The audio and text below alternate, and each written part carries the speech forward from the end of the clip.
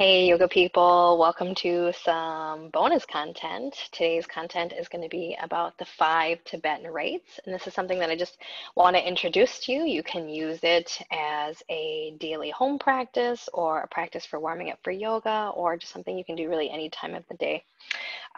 These 5 Tibetan Rites are really old. They date back to about 2,500 years ago, and they supposedly originated from the Tibetan Lamas. And this information was brought, I think, into the Western world in the 1930s by a person named Peter Keldler.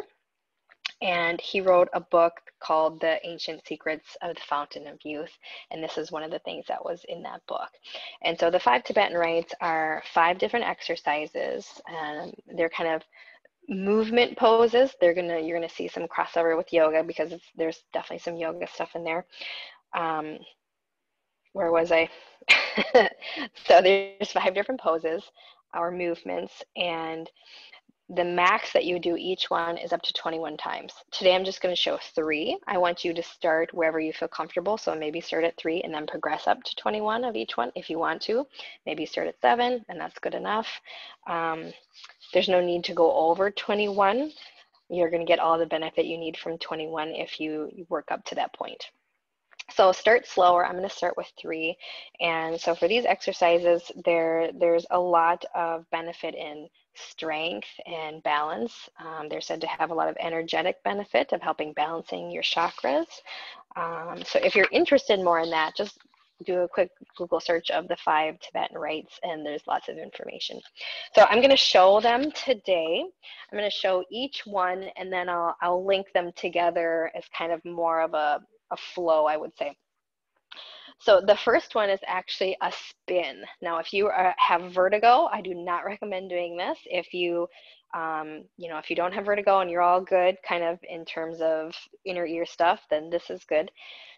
The 5 Tibetan Rites, the first one is a spin. You have the hands palms facing down, and some people like to lift just like a little pointer finger to give you a focal point. You're going to spin.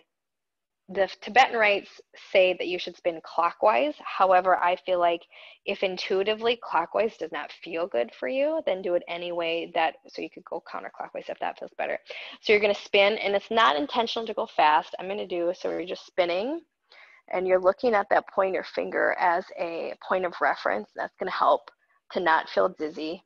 You'll do it anywhere from 1 to 21 times, and then kind of come back to center, bring the hands, pause, find your balance again. So that's the first Tibetan Rite, is spinning, and you can actually do these in any order that you'd like. The second one is going to be a downward dog to a cobra or an upward dog. And it's a moving asana. So if you're in down dog, you're going to float into cobra. Remember, you're on the thighs. So this is our cobra, really strong core.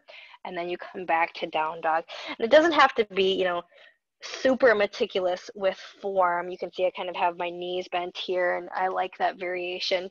But I do want you to focus on core strength so your low back is supported. So the second one is down dog to cobra or upward dog, or you can even take baby cobra. The third one is a camel to a chin tuck, and it's not a full camel for people who hate camel. It's like a camel prep to a chin tuck, or you could take it into a full rabbit.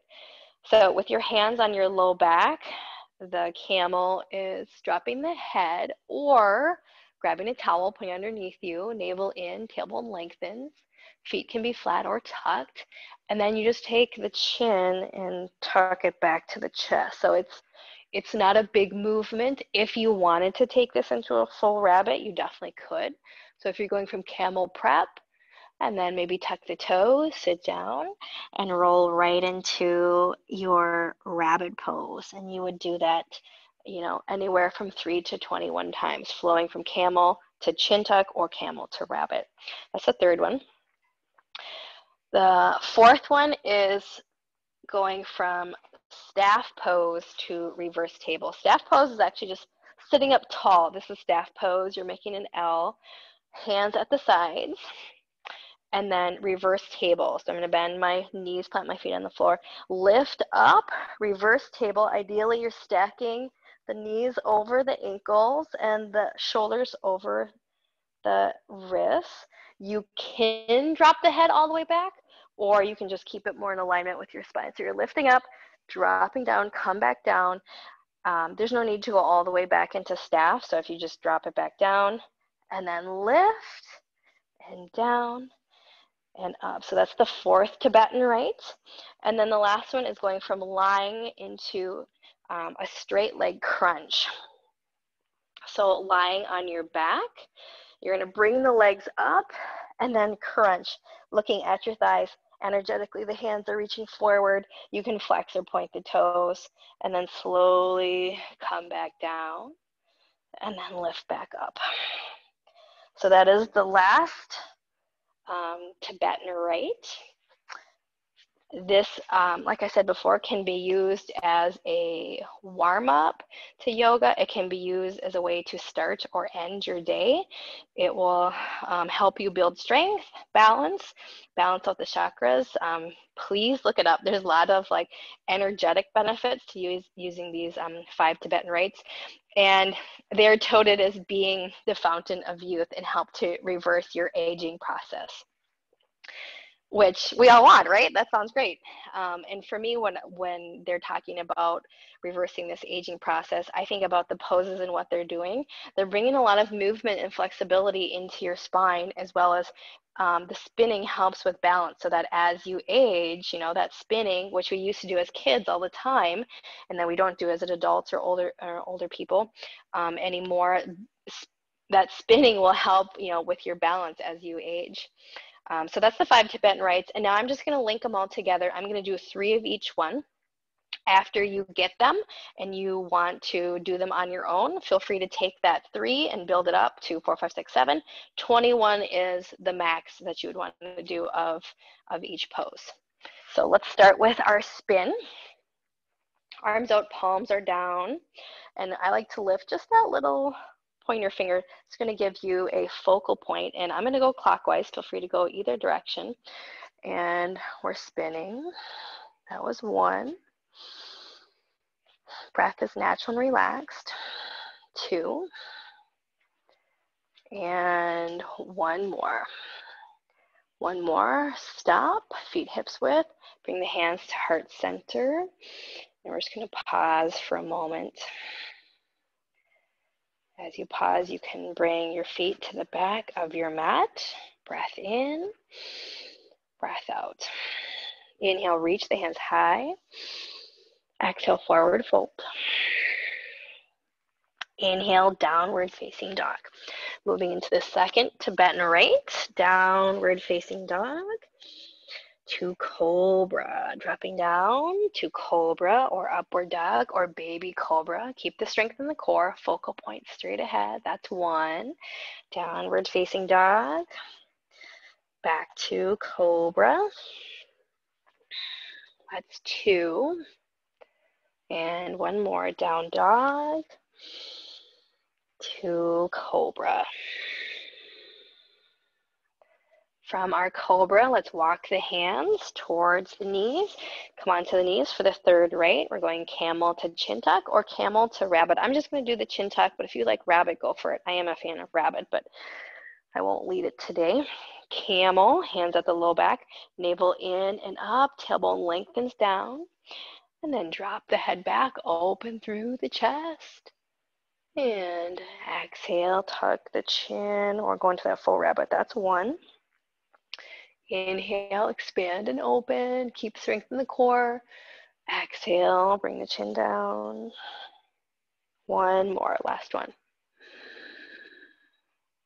And exhale. I'm going to bring the hands all the way down to the mat. Cross the ankles behind you or sweep the feet around to the side. Extend the legs.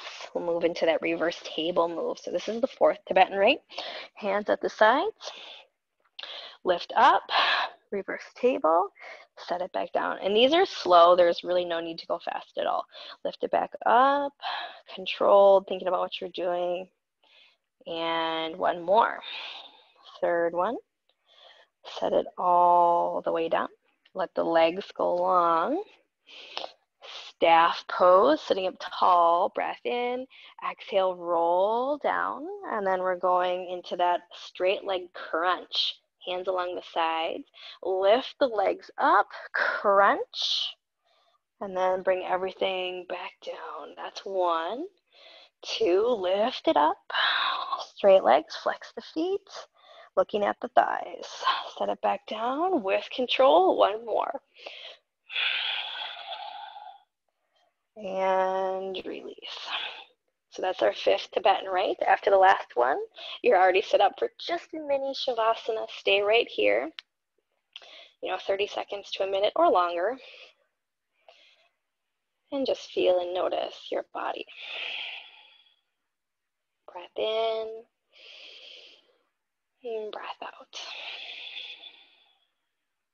When you're ready, you're bending your knees, rolling over onto either side, and coming back into easy seated. So these 5 Tibetan Rites I just want to introduce you to as a way that you can start or finish your day or even warm up for your yoga practice. It's just a little something different. And feel free to make it your own.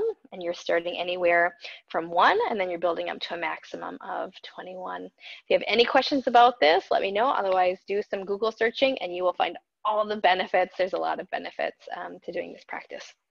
Thanks for joining me.